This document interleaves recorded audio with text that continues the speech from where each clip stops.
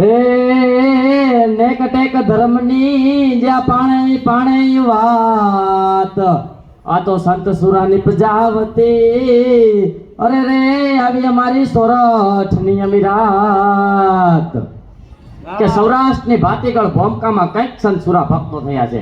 એમાં પણ ગોપાલ ચંદ્ર કૃષ્ણની ધરતીસમ બરડાની પ્રાગણા ભોમકામાં કોતરો કરાળો અને અવલોપિકતાની આલબેલથી શોભનતી ઘુમલી નગરી કે જે અનેક પ્રેમીના શાશ્વત પ્રેમની યાદ કાયમ સંગ્રહી બેઠી છે. એમાં પણ જેનો જગમાં જોટો ન જડે અને જેના સ્વત્વ સબર દૂધમાં અમૃતના રહેઠાણ હોય એવા મોઘા મૂલા ગૌધણને રક્ષવા ખાતર પોતાના પ્રાણનું બલિદાન આપનાર મરદ બંકડા વીર માંગડાવાળાની અમરગાથા ભૂત રૂવે ભેકાર. તો ધાતરવડનું ઈ ગામ અને જેઠાબાપુ દરબાર હતા એટલે વાળા નામે એની શાખ અને એનો પુત્ર એટલે આ માંગડાવાળો. તો માંગડાના શરીરમાં ભર યુવાની એવી ખનગને છે અને પોતે એનો ઉછેર થાય છે પોતાના ગામમાં. અને એમ કહેવાય કે બરોબર જ્યારે પોતાના શરીરમાં યુવાની આવી ત્યારે તે પોતાના મામાને ગામ ઘુમલી ત્યાં રોકાવા જાય છે. ઘુમલી એનું મોસાળ અને ઘુમલીના ભાણ જેઠવા એટલે ઘુમલીના રાજા એના મામા થાય. એટલે માંગડાવાળો પોતાના ઘોડા ઉપર અસવાર થઈ ઘુમલીના પાદરમાં ધીમે ધીમે હાલ્યો જતો હોય છે. ત્યારે માંગડાવાળાને તરસ લાગે છે એટલે જ્યાં નદીનો કાંઠો હતો કૂવાનો કાંઠો હતો જ્યાં ગામની બેનો દીકરીઓ પાણી ભરી રહી હતી તો માંગડાને લાગ્યું કે ચાલ હું અહીં જઈને પાણી પી લઉં. એટલે માંગડાવાળો ત્યાં જાય છે અને ત્યાં વાણિયા શેઠની દીકરી પદ્માને પાણી પાવાનું કહે છે. તો આ વાણિયા શેઠની દીકરી પદ્મા એને પાણી પાય છે. પણ એમ કહેવાય કે આ વાણિયા શેઠની દીકરી જ્યારે માંગલાને પાણી પાય છે ત્યારે એમ કહેવાય કે હાથે ભવની પ્રીત યાદ આવી ગઈ હતી હો કે હું મને કહો તું મને લગી અને તું મને લાગી ભાઈ લૂણ વલુભા પાણી અને પાણી વણુભા લૂણ હો. એમ કહેવાય કે મીઠામાં જેમ પાણી ભળી જાય એમાં બંને એકબીજામાં ભળી ગયા હોય છે. અને હવે માંગડા ને પદ્મા કહે છે કે માંગડા આજ તને હવે મળી અને મને હાથે ભવની પ્રીત યાદ આવી ગઈ છે. ભલે હું વાણિયા શેઠની દીકરી રહી પણ મને માંગડા હારે તારી હારે પ્રેમ બંધાણો હો છત્ર્યાની. ત્યારે પદ્મા કહે છે કે અમ વેપારી વાણિયા અને તમ રાજાને રીત પણ અહીંયા તો પૂરો ભવનીય પ્રીત એ હવે ફરી મળ્યા તકસુય માંગડા. હવે આમ છે માંગડો વારંવાર પોતાના મામાને ગામ ઘુમલી રોકાવા જાય છે અને જ્યારે તે ઘુમલી રોકાવા જાય ત્યારે પદ્માને તે મળે છે અને જ્યારે પદ્માને મળે ત્યારે તે ચોપાટ રમે છે પદ્મા સાથે. હવે આવી જ રીતે એકવાર માંગડો પોતાના મામાને ગામ ઘુમલી રોકાવા ગયેલો હોય છે અને એમ કહેવાય કે બધા બપોરના અન્ન પોષણા કરી અને આરામ કરતા હોય છે. માંગડાવાળો પણ પોતાના ખંડમાં આરામ કરતો હોય છે. ત્યાં તો અવાજ આવ્યો, બોંગ્યો ઢોલ વાગ્યો, સિંધુડાના નાદ સંભળાણા કે બાયલ ચાળું ગામનું ગાયોનું ધણ વારી ગયો. માંગડાવાળો એ તો આરામ કરતો હોય છે પણ ભાણ જેઠવાએ કહ્યું કે બધા યુવાનો ગાયોની વારે ચડજો, કોઈ ઘરે ના રહેતા, બધા મર્દો ગાયોની વારે ચડજો, પણ ધ્યાન રહે કે ભાણ જ ખંડમાં આરામ કરે છે, તેને કોઈ જગાડશોમાં. જો એ યુદ્ધમાં આવ્યો અને કદાચ અઘટિત દુર્ઘટના ઘટી તો આપણે બેનને મોઢું દેખાડ્યા જેવા નહીં રહી. આમ બોલી અને બધા યુદ્ધમાં ગાયોની વારે જાય છે. પણ એમ કહેવાય કે બુંગીઓ ઢોલ વાગતો હતો, સિંધુડાના નાદ સંભળાતા હતા અને ગીરની કંદરામાંથી જેમ હાવા જાણસ ખખેરીને ઊભો થાય તેમાં ગરાસિયા રાજપૂતનો દીકરો માંગડાવાળો ઊભો થાય છે અને રાજમહેલમાં જઈ અને પૂછે છે કે કેમ કોઈ રાજમહેલમાં દેખાતું નથી, ક્યાં છે બધા, ક્યાં ગયા? ત્યારે એને કહ્યું કે બધાય ગાયોની વારે ચડ્યા છે અને આપને યુદ્ધમાં ન જવાનું કીધું છે. ત્યારે માંગડાવાળો તેને કહે છે કે હું ક્ષત્રિયનો દીકરો છું, ગરાસિયા રાજપૂતનો દીકરો છું. ગામની ગાયોને કોઈક દુશ્મન વાળી જાય અને હું અહીંયા ઘરમાં બેઠો લઉં તો મારી જનતાનું ધાવણ લાજે, મારો ક્ષત્રિય ધર્મ લાજે. એમ કહી અને માંગડાવાળો છે પોતાની તલવાર લઈ અને ઘોડા ઉપર બેહીને બગડતા ત્યાંથી નીકળી જાય છે. અને એમ કહેવાય કે આ વાણિયા શેઠની દીકરી પણ બુંગિયા ઢોલ અને સિંધુડાના નાદ સાંભળી અને પોતાની મહેલની બહાર આવે છે અને માંગડાવાળો પણ ત્યાંથી જ નીકળે છે. ત્યારે પદ્મા છે માંગડાને રોકે છે કે ચાલ માંગડા આપણે ચોપાટ રમીએ, પણ માંગડાવાળો તેને ના પાડે છે કે ના, આજે ચોપાટ નહીં રમું, આજે હું મારો ક્ષત્રિય ધર્મ બજાવવા નીકળો છું. પદ્મા તેને કહે છે કે માટી ઉપર માટેલ પિતળિયા પાસા એની ચોગટિયું સદા માણતો જાને માંગડા કે ચોપાટ માંડેલી છે, તું એક દાવ રમતો જા પછી જાજે. પણ માંગડાવાળો તેને કહે છે કે ના, ગાયોને હેમખેમ પાછી વાળીને આવું પછી જ મન પર રમશું પિતળિયા પાસા અને રંગ પર રમશું ચોપાટ. આટલું બોલી અને માંગડાવાળો તેને કહે છે હવે પૈંડમાં પ્રાણ રહેશે તો પાછા વળીને ચોપાટ રમશું નકર જીવા મુહાના જુહાર. એટલે એમ જો પાછા મારા પ્રાણમાં જીવ રહે મારા શરીરમાં તો પાછા આવીને ચોપાટ રમશું, નકર નહીં રમીએ. પદ્મા તેને કહે છે કે તને કાંઈ નહીં છે માંગડા, તું જા, હું સદાય તારી સાથે છું. એમ બોલી અને માંગડાવાળો છે યુદ્ધમાં જાય છે. પણ યુદ્ધમાં એમ કહેવાય કે બાયલ ચાળવા જે યુદ્ધ કરતો હોય છે, બાયલ ચાળવો માંગડાને જોયે ત્યારે તેને કહે છે કે જીવતો પાછો જા, વઢિયાની વેળા નહીં, રોશે તારી માં તું પરદેશી પરણલો.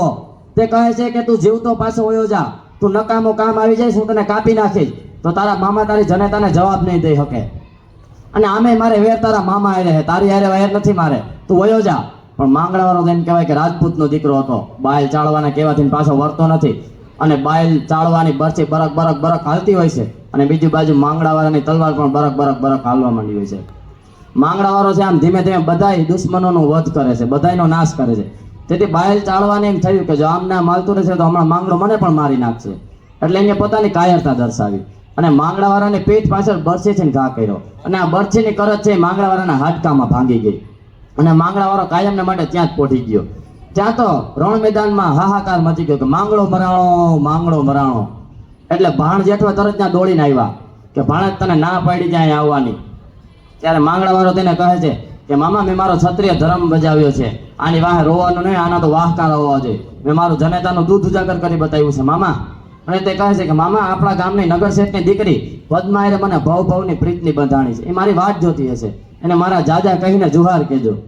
એટલું બોલી માંગડાવાળો ત્યાં વડલાની છાયામાં મૃત્યુ પામે છે. અને જાન છે, જાન તો નહીં પણ જ્યારે યુદ્ધ હોય છે, યુદ્ધના સૈનિકો અને રાજા એ બધાએ પાછા ઘુમલીના પાદર તરફ વળે છે. પાદરમાં પદ્મા જોતી હોય છે કે હમણાં મારો માંગડો આવે, હમણાં એના વધામણા લાવો, હમણાં અમે બંને ચોપાટ રમીએ, કે હમણાં મારો વાલમ આવે. પણ તે જુએ છે કે આ સેનામાં મુખમાં કેમ કોઈ ખુશી નથી, કેમ વિજયનો આનંદ નથી. તે જુએ છે કે એમાં એનો માંગડો પણ ક્યાંય નથી દેખાતો. કે પાઘડિયું 50 અને એમાં આટિયાણી એકય નહીં, પણ નહીં ઘોડો ને નહીં સવાર, એ હવે મીટે ના ભાળો એ માંગડો. તે જુએ છે કે આમાં મારો માંગડો ક્યાંયનો ઘોડો કેમ દેખાતો નથી.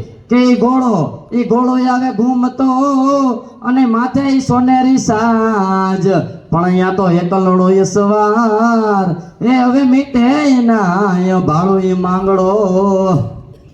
સેના આવે છે, બધાય રડતા હોય છે. પદ્મા બધાને પૂછે કે મારો માંગડો ક્યાં, મારો માંગડો કેમ દેખાતો નથી, મને જવાબ આપો. તેમાંથી એક સૈનિક રોતા રોતા જવાબ આપે છે કે પદ્મા તારો પ્રીતમ હિરણની રદ માર્યો, પણ એને જાજા કઈ ભણજો જુહાર. અરે રે એમાં જોને મરતા એ બોલ્યો એ માંગડો. આટલું સાંભળીને તેમ કહેવાય કે પદ્માની માથે દુઃખનો આપ ફાટી પડે છે. અને પદ્મા ખૂબ જ કલ્પાત કરવા લાગે છે.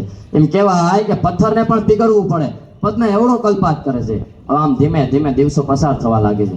અને બીજી બાજુ કે માંગડાવાળાને પણ પદ્માએ પ્રેમ બંધાણો હતો, એટલે એને પણ ભૂત યોનિમાં સ્થાન મળે છે. અને જે વડલા નીચે એનું મૃત્યુ થયું હતું એ જ વડલાની છાયામાં ભૂત થઈને ભટક્યા કરે છે. આમ હવે દિવસો પસાર થવા લાગ્યા.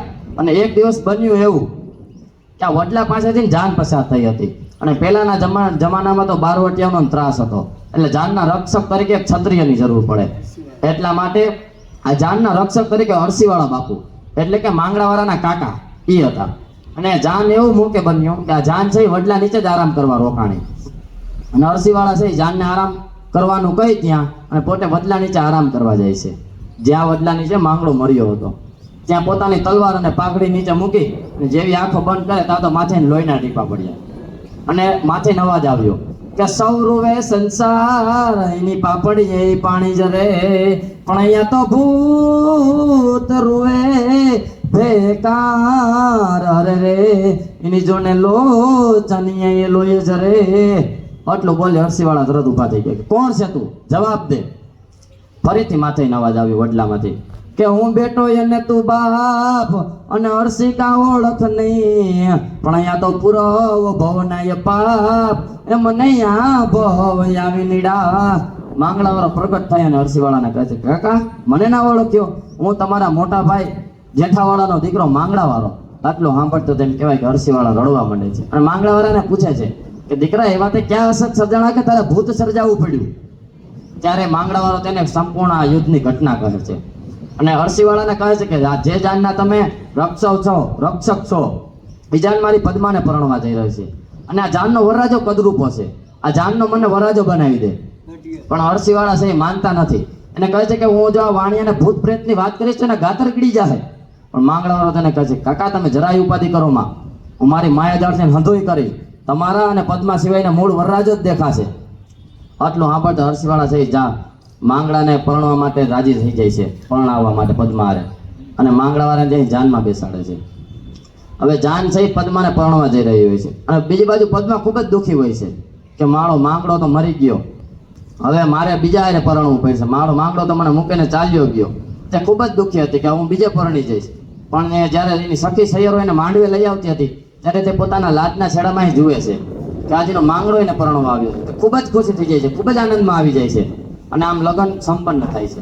હવે જાન સાહેબ પાછી વગડો વીંચતી પાછી ભૂત વડલે છે પસાર થાય છે. માંગડાવાળો ભૂત વડલો આવતા જ ત્યાં ઉતરી જાય, તેની સાથે પદ્મા પણ ત્યાં ઉતરી જાય છે. અરસીવાળા તેને કહે છે કે પદ્મા, હવે તારે તો તારા મૂળ સાસરે જ જવાનું છે, માંગડાને તારી સાથે પરણવું હતું એટલા માટે અમે તેને ત્યાં લાવ્યા હતા, હવે તારે તારા મૂળ સાસરે જ જવાનું છે. પણ પદ્મા છે એ કોઈનું માનતી નથી અને કહે છે કે હું મારો ભવનો ભરથાર જ્યાં માંગડો રહેશે ત્યાં જ રહીશ, તમે બધે વયા જાઓ, હું અહીંથી એક પગલું પણ નહીં ખસીશ. એટલે જાનવાળા છે એ હવે એને કોઈ મનાવતા નથી અને ત્યાં વયા જાય છે. હવે આમ રાત થઈ, દિવસ પૂરો થયો અને રાત થઈ. પદ્માને એમ થયું કે મારો માંગડો મને મૂકીને ક્યાં વયો ગયો, હજી પ્રગટ નથી થતો. માંગડાવાળો તો ભૂત હતો એટલે દિવસમાં તો દેખાય નહીં. એટલે રાત પડતા પદ્મા રહસ્યો ગાય છે કે વડલા તારી વરાળ પાને પાને પર જડી, પણ હું તો ક્યાં જઈ જપાવું જા પર રે, મને જોને ભડકાય લાગે ભૂતના. આટલા મરસ્ય સાંભળતા માંગડાવાળો પ્રગટ થાય છે અને પોતાનું ભૂત હાસ્ય કરે છે. હવે આમ દિવસનો નિયમ બની જાય છે, રોજ રાત્રે માંગડાવાળો પ્રગટ થાય છે અને પોતાની ભૂત માયાથી ભૂત મેળ રચે છે અને પદ્મા સાથે મળે છે. આમ ધીમે ધીમે દિવસો પસાર થવા લાગ્યા ને એક વખત રાત્રિનો ભેકાર અંધકાર હોય છે અને બે ક્ષત્રિય યુવાનો જેસાજી અને વેચાજી બારવટીઓ એ બંને ભાઈઓ માંગડાવાળાના રાત્રે બનાવેલા ભૂત મેલે આવી ચડે છે અને ત્યાં અન્નપૂર્ણા કરે છે રાત્રિના. હવે ત્યાં બંને ભાઈઓ જ્યારે અન્નપૂર્ણા કરીને આરામ કરતા હોય છે ત્યારે જેસાજી ઉઠે છે, સાંભળે છે કે માંગડાવાળો કણસે છે કેમ, તે વેજાજીને પણ ઉઠાડે છે કે ભાઈ આ ક્ષત્રિય યુવાનને એવું તો શું દુઃખ હશે કે આ રાત્રે કણસે છે. તો વેજાજી તેને કહે છે કે આપણે આ ભાઈને સવારે પૂછીએ કે શું દુઃખ છે, પણ એમ કહેવાય કે સવારે જ્યારે બંને ભાઈ ઉઠ્યા તો ન હતો મહેલ કે ન હતા માંગડાવાળા ભાઈ. તે જુએ છે કે બંને વડલાના પાળિયા પાસે આરામ કરતા હોય છે. બંને ભાઈઓને આશ્ચર્ય થયું કે આ શું હતું. એને લાગ્યું કે આપણે બીજી રાત્રે પણ આ જોવું જોઈએ. તેથી હવે જો હું વાત કરું તો વખત વીતે એટલે કહું હું ટૂંકમાં કે આ બંને ભાઈઓ ત્યાં જઈ અને માંગડાવાળાનું દુઃખ જાણે છે અને તેની પાસે ઉપાય જાણે છે. ત્યારે માંગડાવાળો તેને કહે છે કે આ વડલાના પાળિયા પાસે તમે ખોદો ત્યાં મારું હાડકું નીકળશે, એને તમે દામોકુંડમાં પધરાવો તો મારી સદગતિ થાય. હવે આ બંને ભાઈઓ છે એ ત્યાં ખોદી અને હાડકું દામોદર કુંડમાં પધરાવે છે અને આ બે ભાઈઓનું બારવટું હતું જુનાગઢના બાદશાહ સામે. એટલે માંગડાવાળા બંને ભાઈઓનું રૂપ લઈ અને જુનાગઢ જાય છે અને આ બંને ભાઈઓનું બારવટું પાર પડાવે છે. આજે પણ ભાણવરના પાદરમાં ભૂત વડલો હળીખમ ઉભ્યો છે. આજે પણ જો કોઈ સાચા દિલથી માંગડાવાળા દાદાને યાદ કરે તો તેને મદદ કરવા જરૂર આવે છે. જય ભૂત વડ દાદા.